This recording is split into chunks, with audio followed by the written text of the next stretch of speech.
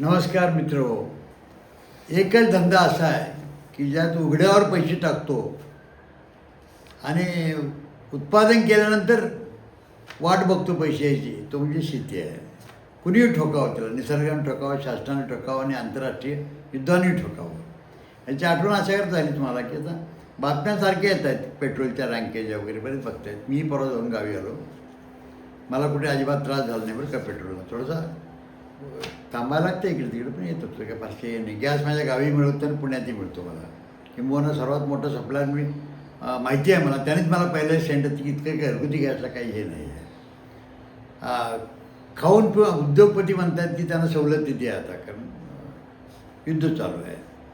आता शेतीचं एक असं आहे की आता बऱ्याच लोकांनी दिलं. आणि आज विशेष म्हणजे मला आश्चर्य वाटलं, म्हणजे आत्ता जे युद्ध चाललेलं आहे त्याशी एक सिराज हुसेन म्हणून आपल्याकडे एक माजी कृषी सचिव होते, त्यांचं मी स्टेटमेंट ऐकलं. आणि त्यात त्यांनी पहिल्यावर कुणीतरी सांगितलं की शेतीला यातनं नुकसान होतं असं सांगितलं बरं का मला. आता एक असं आहे की आपल्यात पहिलं तर तो उत्पन्न आलेलं आहे, म्हणजे जाणार आहे असं नाही बरं, उत्पन्न आलेलं आहे. ते आता पैसे घातलेले आहेत त्यांनी. म्हणजे युद्धाने जरी निर्यात कमी झाली असली तरी उत्पन्न मात्र जास्त झालं आहे आमचं, यात काही शंका नाही आहे. त्यामुळे आणि परत तिथं भाव पाडतात. आणि त्यात ते काय झालं आहे की साधारणपणे जो बराचसा आपली निर्यात होते पहिल्यापासून, आता तांदळाची घेतली आपण, बासमती करतो आपण, जवळजवळ 42,000 कोटीपर्यंत निर्यात होते वर्षाला. ती इराण आणि या पट्ट्यात होत असते ना. तेच बंद आहे ना युद्धामुळे आता सगळं. आता हा जसं झाला तसा त्यातच तुम्हाला पावसाने भर पडली 2-3 दिवस. कुठं पडेल सांगता येत नाही पाऊस. मला खरंच शासन असावं का शेतीला नसावं असं वाटतं आता. कारण शासन म्हणून फरक काय पडला आत्तापर्यंत आपल्याला, तर जे शेतकरी जैविक करत होतं पूर्वी, तो कारणास्तव रासायनिक करायला, जो जुनी बी घालत होतं चांगले ते सोडून तो हायब्रिड करायला, हे शेतकऱ्यांचं नुकसान जास्त झालं. आता म्हणतात परत तुम्ही जैविक सगळे करा. बहुतेक खत जे नायट्रोजन असो, फॉस्फरस असो, सुपर फॉस्फेट असो, ज्याचं रॉ मटेरियल असतं, क्रुडाईल जे काय असतं त्यांचं, ते आपण आयात करतो बरेचसं बरं का. म्हणजे 80% 100% करत असेल निर्यात, म्हणजे आयात करत असेल. म्हणजे त्याचाही शॉर्टेज झाला आता इथं. परत ते किमती वाढल्या. किमती वाढली म्हणून तुम्हाला अनुदान दिलं आम्ही, गेल्या वर्षी इतकं दिलं, 1,80,90,000 कोटी. आता अनुदान वाढलं. ह्यात आमची काहीही चूक नव्हती, कारण चुकीचे सल्ले दिले सगळ्याच सरकारने बरं का पूर्वीपासून.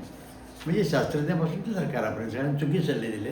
कारण का, त्यांना अधिक उत्पादन हवं होतं, गुणवत्तेचं नव्हे तर आकारमान्य मोठं किंवा क्वांटिटीने मोठं असं आपण म्हणत असतो. आता हे जर एकदा बघितल्यानंतर आता क्रुडाईलच्या प्राइसेस वाढलेच आहेत. मग आता तुम्ही सिंचन असो, स्प्रे करायचं असो, तुम्हाला लिफ्ट इरिगेशन असो किंवा वाहतूक असो, ह्या सगळ्यांना तडाखा बसला. आता आपण इम्पोर्टेड फर्टिलायझर इतके अवलंबून असतो, मला कळत नाही ती खाती करतात का इतके वर्षे. शेतकऱ्यांनी सेल्फ सफिशियंट केलं, 5-5, 6 पट उत्पन्न वाढवलं.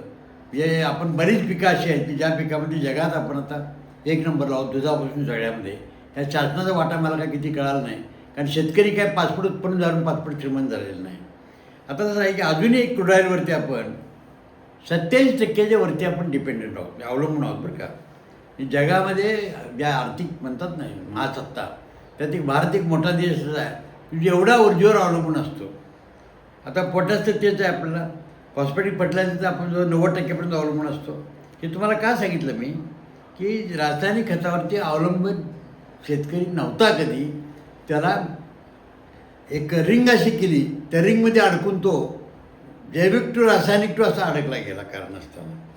आता यानंतर एक काय महत्त्वाचा भाग येतो की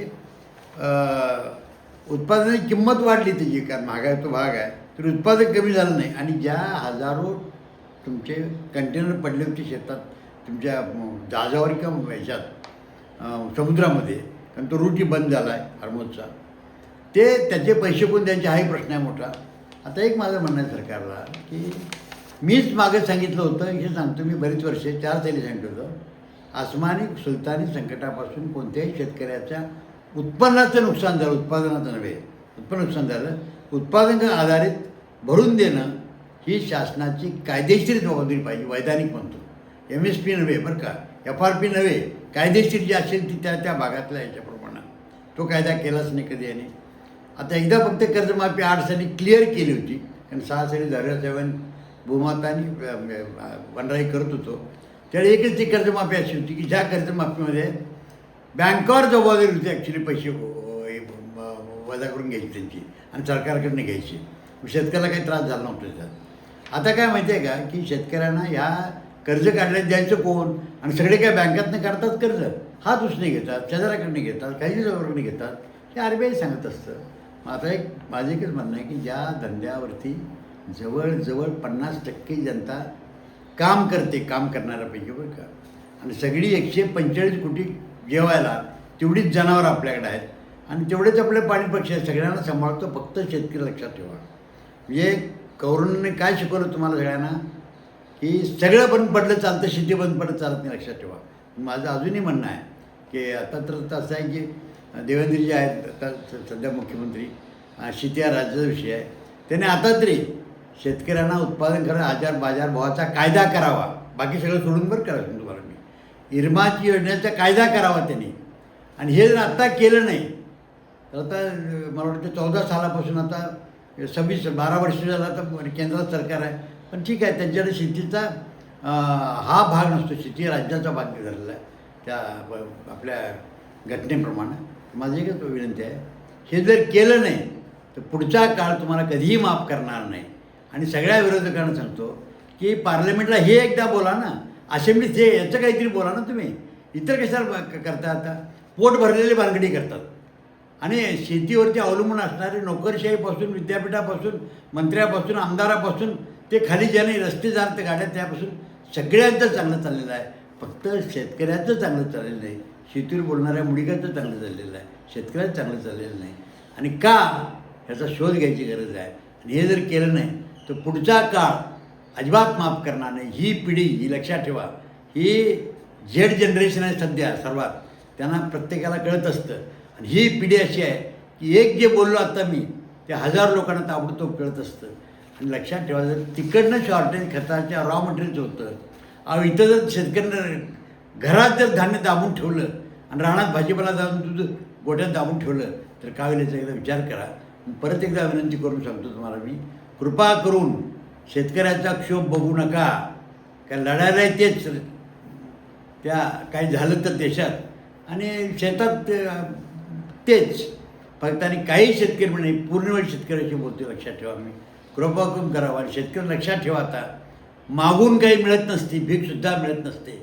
लढावं लागतं प्रत्येक वेळा, हिसकून घ्यावं लागतं. तुमच्या लोकप्रतिनिधींना भाग बंद करा जोपर्यंत हे होत नाही तोपर्यंत. धन्यवाद.